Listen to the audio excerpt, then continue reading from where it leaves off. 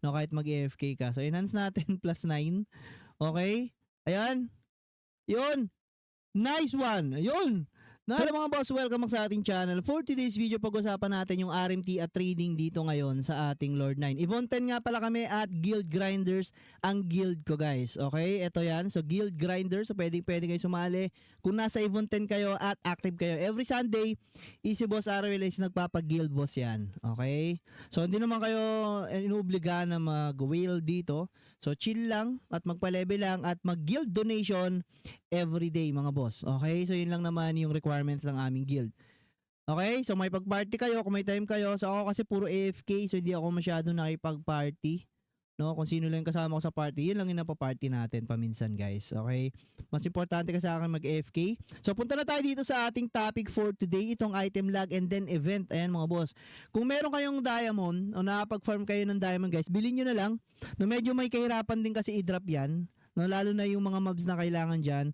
Bawa ito, si Angusto, ito boss to, mini boss. Every 10 minutes lumalabas yan mga boss. Pwede kayo mag-fast travel dyan. Pero mas maganda dito kayo nag-AFK ako ng within 24 hours. No, isa sa mga mobs na to. Pero nakakuha lang ako siguro ito. Isa lang. And then itong iba is binili ko na sa trading mga boss. Okay? So back tayo. So bakit ko nasabing may RMT sa trading dito sa Event 10 guys? Okay, so may mga nagbibenta na at bumibili ng diamond dito sa Event 10. So item lag sa trading pala. Punta kayo sa trading post. Ayan, so sale history natin. Ayan, so ito binibenta ko na naman, nakapag-drop tayo niyan. Sa trade history, ano may bumili? Dark Energy Leather Pants, okay? Ito mga binili ko na to guys. Okay, kasi hindi talaga nagda-drop at mahirap mag-drop. Kaya may price talaga yung mga item dito sa item lag. Okay? Ayan, kung nahirapan kayo, ganun lang din gawin nyo. Halimbawa, ito, +8, bili tayo niyan. Magkano ba? So 15 siya ngayon. Bili tayo isa. So purchase tayo ng isa, okay?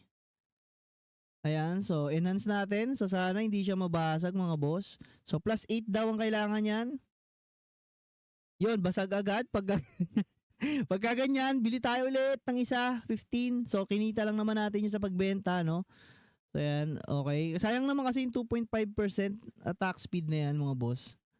Okay, enhance natin. +8. Pag nabasag to, siguro, yun, +8 na siya mga boss. Okay, and then lag na natin. So tatlo na lang yung kulang natin ngayon. So may MP recovery battle na tayo guys. And then ito, try din natin kasi meron pa tayong 50 diamond mga boss. So trading, ayan, ganyan lang kadali, ganyan lang kasimple. Okay, bili ka.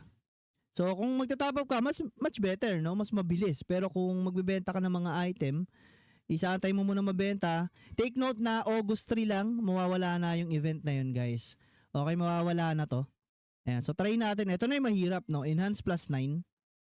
Okay, so enhance natin. So check natin kung makaka-+9 tayo mga boss. Ayan, so ganyan lang mag-ups o basag. Okay, so sayang agad 15 dias. So 36, so meron pa tayo ulit chance. So try naman natin to mga boss. So bili tayo ulit. At 22, ayan, so pwede natin mabili to. Purchase natin. Ayan. Kung wala kayong time mag-AFK, no, kasi ako napatunayan ko na medyo may kahirapan siyang kunin mga boss. No, kahit mag-AFK ka. So enhance natin +9. Okay? Ayan. Yun. Nice one. Yun. Nice. +9 mga boss. So lag na natin agad dyan. So meron tayong HP recovery battle +10. So dalawa na lang kulang natin na +9. So ito nga expert battle stop and expert crossbow. So pwede kayong mag-AFK muna doon kung trip nyo guys. Dito sa Crimson Lake Goblin Shaman. Ayan sa mga yan. Unstoppable Goblin Shaman. So mag-walk lang naman kayo eh. Ayan, pwede kayong mag-walk. Pero mas maganda mag-teleport na lang kayo guys. Okay, so yan. Ganyan lang, no? Napakasimple lang nung game. Kaya talaga nagustuhan ko siya. Okay, at the same time, merong legal RMT. Iyon nga yung ano natin guys. Uy, tapos na pala, no? So hindi ako nakaabot sa boss na naman. Okay, so yun yung ano na lang, sa susunod na lang siguro.